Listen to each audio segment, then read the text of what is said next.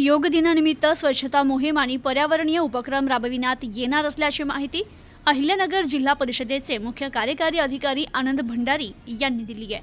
सर्व ग्राम आरोग्य, पोषण, पाणीपुरवठा आणि स्वच्छता समित्यांचे जलजीवन मिशन व स्वच्छ भारत मिशन ग्रामीण 2 अंतर्गत शनिवार दिनांक 21 जून 2025 रोजी होणाऱ्या 11व्या आंतरराष्ट्रीय योग दिनानिमित्त अहिल्यानगर जिल्ह्यातील सर्व ग्रामपंचायतींमध्ये ग्राम आरोग्य, पोषण, पाणीपुरवठा आणि स्वच्छता समित्यांच्या सहकार्याने योग सत्रांबरोबरच वृक्षारोपण, स्वच्छता मोहीम आणि समुदायाच्या पुढाकारातून विविध पर्यावरणीय उपक्रम राबविण्यात येणार असल्याची माहिती अहिल्यानगर जिल्हा परिषदेचे मुख्य कार्यकारी अधिकारी आनंद भंडारी यांनी दिली आहे। 11वा आंतरराष्ट्रीय योग दिन 21 जून 2025 रोजी 1 दशक पूर्ण करीत आहे।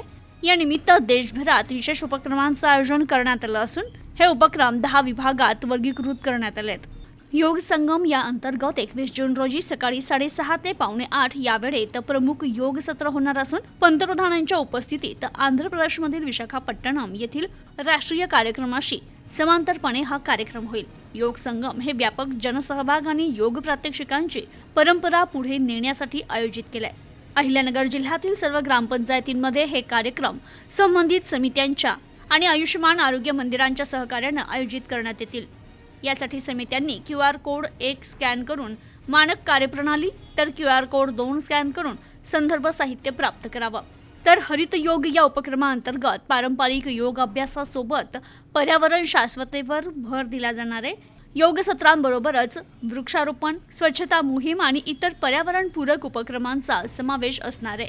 हे सर्व उपक्रम हरित योग अंतर्गत एकत्रित राबवले जातील आणि आवश्यक माहिती QR कोड 3 स्कॅन करून मिळवता येईल। यावर्षी योग, आरोग्य आणि वॉश या संकल्पनेवर आधारित उपक्रम राबविण्याचे आवाहन करण्यात आले।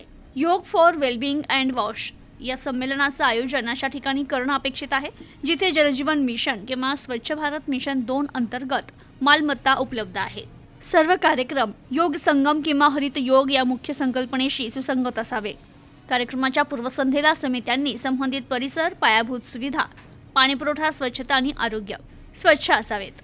लाभार्थ्यांच्या बैठका, विविध जागांवर योग सत्रांचं आयोजन तसेच उपक्रमांचे छायाचित्र नोंदवून दस्तऐवजीकरण करावं। तर या कार्यक्रमात सर्व संबंधित घटकांनी सक्रिय सहभाग नोंदवावा, जिल्हा स्तरावर त्याचा व्यापक प्रसार करावा असं आवाहन देखील जिल्हा परिषदेचे CEO आनंद भंडारी यांनी केलंय। Bureau report, news today 24, Ahilyanagar.